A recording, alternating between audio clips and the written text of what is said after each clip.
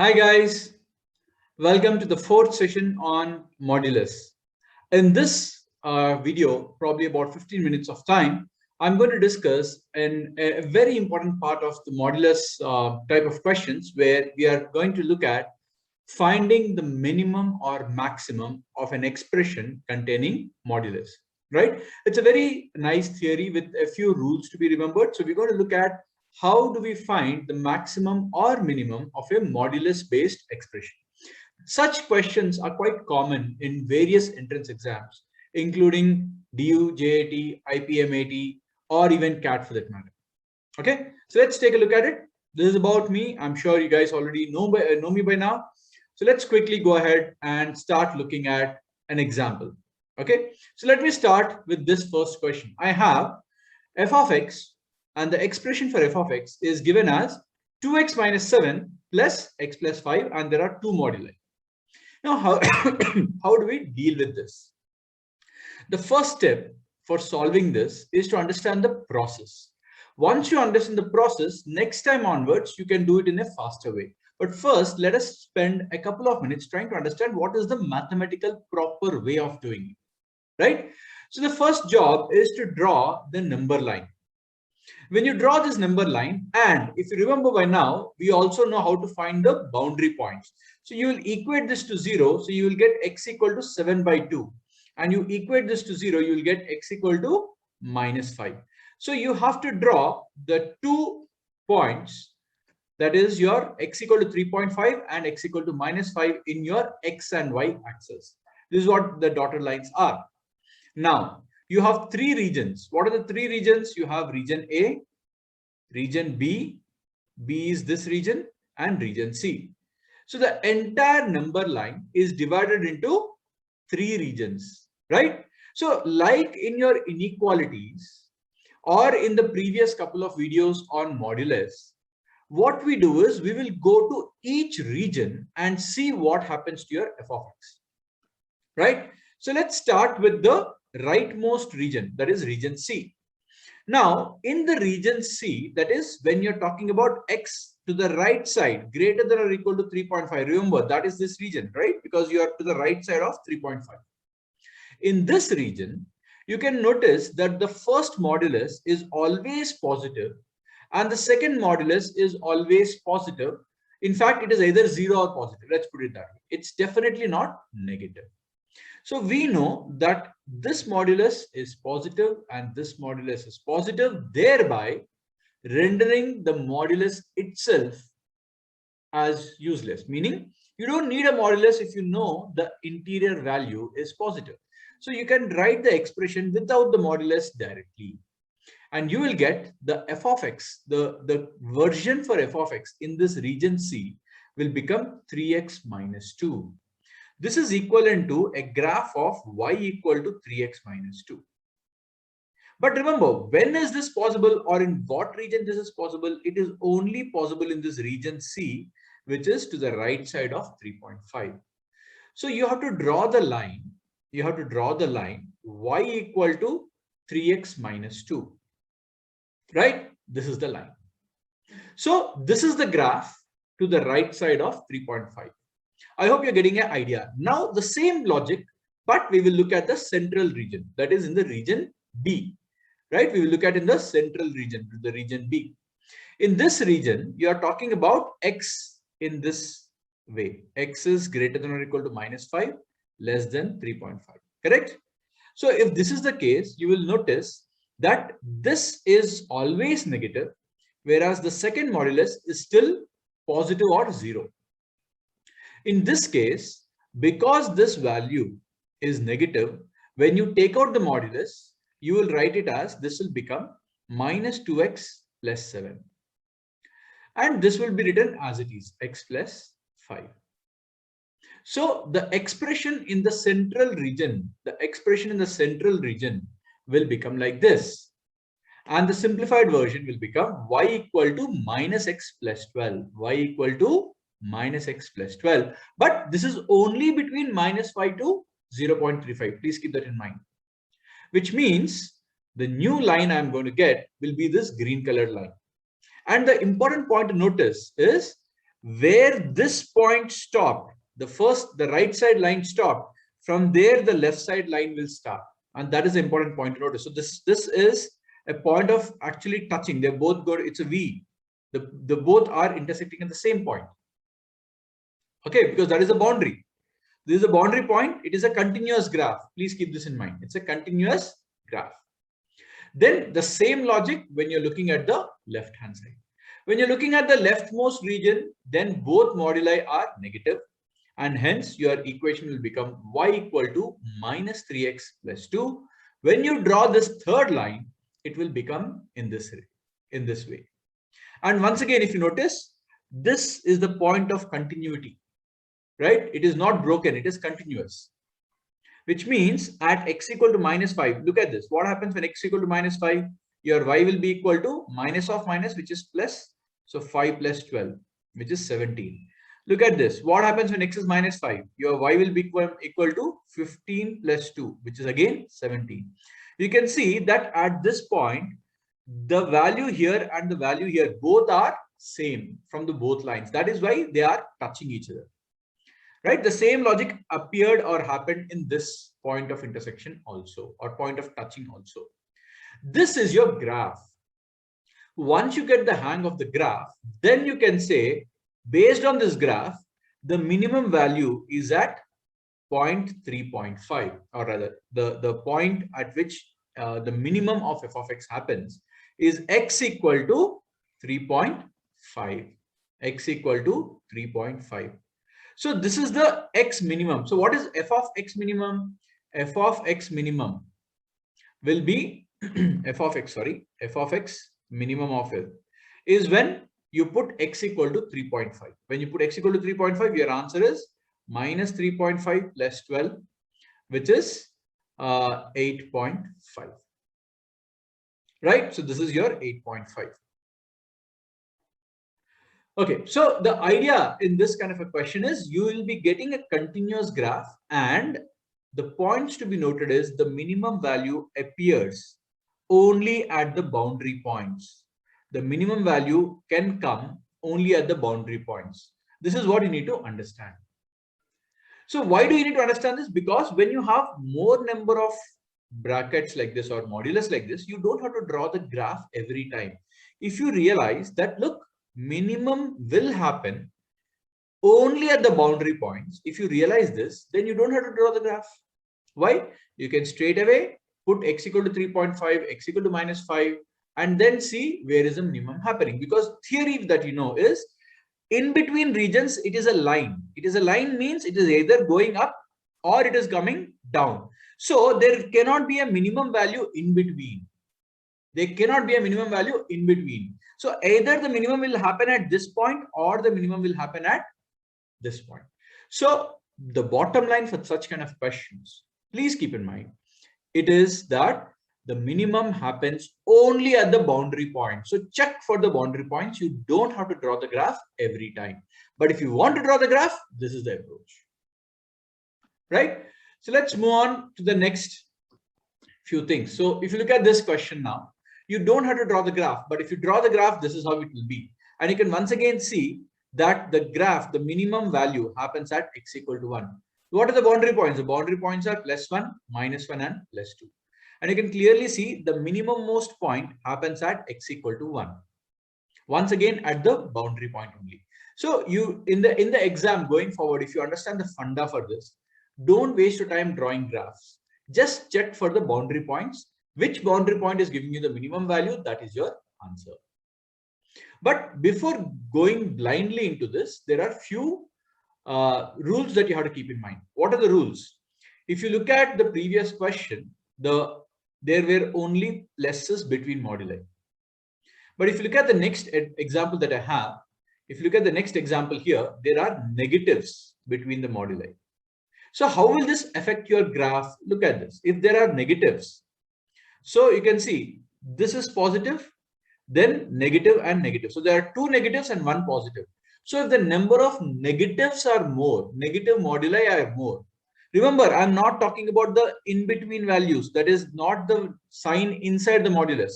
I am referring to the sign between two moduli. So this is modulus 1 modulus 2 and modulus 3. The signs that are connecting the moduli, that is what I'm talking about. If the number of negative signs are more, it means the graph will have a maximum. The graph will have a maximum. But again, the maximum will happen at the boundary point only. So for you to understand whether there will be a maximum or a minimum, your simple check should be, are there more negative moduli getting added or are there more positive moduli getting added? That's it. Okay. So till now we have seen small cases where there are three terms. So you can see that it's like either like a hill like this, or it is like a trough and a valley like this, something like this, minimum values or maximum values. This is what happens when you have odd number of terms. Odd number means 1, 2, 3. There are 3 moduli. So 3 is an odd number. Similarly, if I have 5 moduli, 5 is an odd number. We will take a look at what happens when there are even number of moduli, and that is the next example. So if you can see here, there are 4 modulus. It's an even number of moduli. Very interestingly, when you try to draw the graph for this in the approach that we saw, the graph will turn out to be like this. In fact, if you look at the boundary points are -1, +2, -2, and +3. So you can see that my boundary points, if you mark the boundary points, -2, -1, +2, and +3. So you can see that this is the boundary point here that I'm marking. There is one more boundary point here. So this is your -1 and this is your +2. And you can see conveniently that between -1 to +2, it is a horizontal graph. That is what you need to observe. When there are even number of terms, even number of moduli, and all of them are getting added like this, then what happens is the middle 2 values in your boundary points, once you mark your boundary points, the middle 2 points will result in a graph that is horizontal, perfectly horizontal. It means that any value of x between -1 to 2 will always give you the same answer because the y value is the same. And by the graph, you can also notice that this entire value of y is the minimum value. So it's not just one point where it is minimum. Now this entire region gives you the same minimum value. That is the difference between having even number of modulus terms and odd number of modulus terms. When there are odd number of modulus terms, you will have a single point, like in the previous example. If you remember, the graph will be either like this, so a single point of maximum, or the graph will be somewhat like this, a single point of minimum. But when there are even number of terms, you will get an entire line, a range in which the minimum will happen. All right. The next thing we're going to talk about is a small rule to remember. And this is basic. It's not a rule, it's an observation. And the observation is whether you have a question talking about mod x plus or minus a, or it is given to you in the form of mod a plus or minus x, the boundary point will always be minus or plus a. Okay, so you don't have to worry about it. But keep in mind, don't interchange them. You will find your boundary point, keep it as x minus 1 or 1 minus x, the way it is given. And when you're solving without the modulus, you will also put a negative sign to it. So if it is negative sign here, it becomes like this. If there's a negative sign here, it becomes like this. So don't say they are both equal and interchange them. Don't interchange them.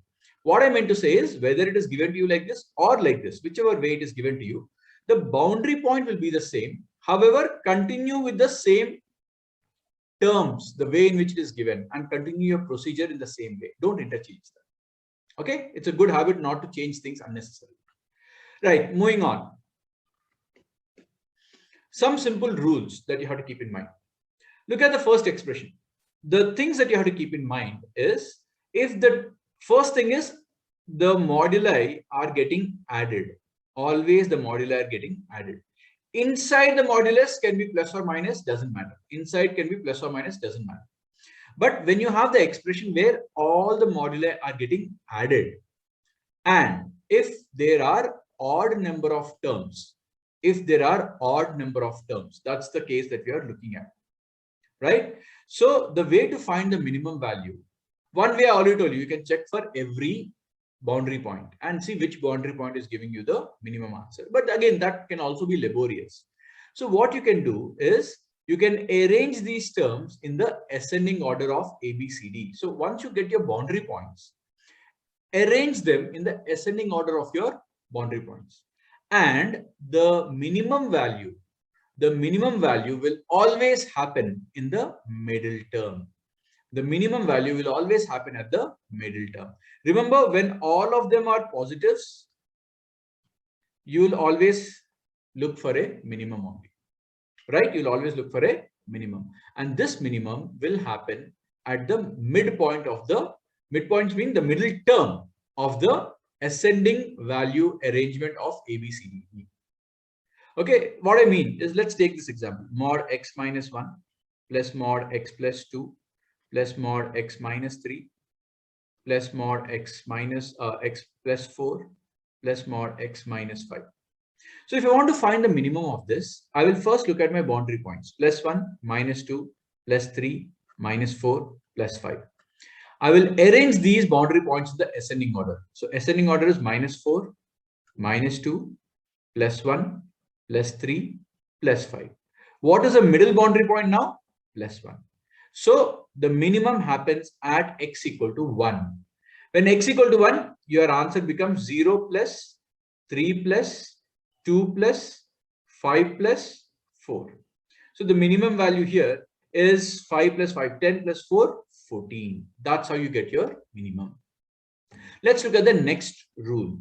The next rule is when you have again similar expression, but there are even number of terms. There are even number of terms. Now, like we discussed, once again, arrange them in the ascending order of your boundary points.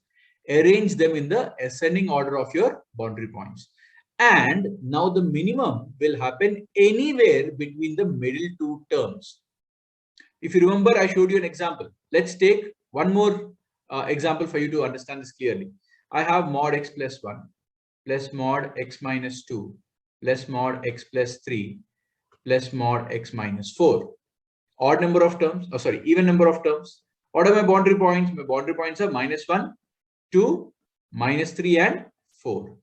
Arrange them in the ascending order. Ascending order is minus 3, minus 1, 2 and 4.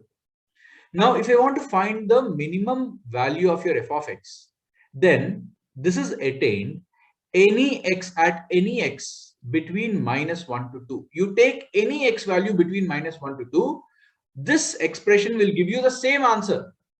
And that answer is the minimum itself. For example, look at what is f of minus 1. You will get this answer as 0 plus 3 plus 2 plus 5, which is 10.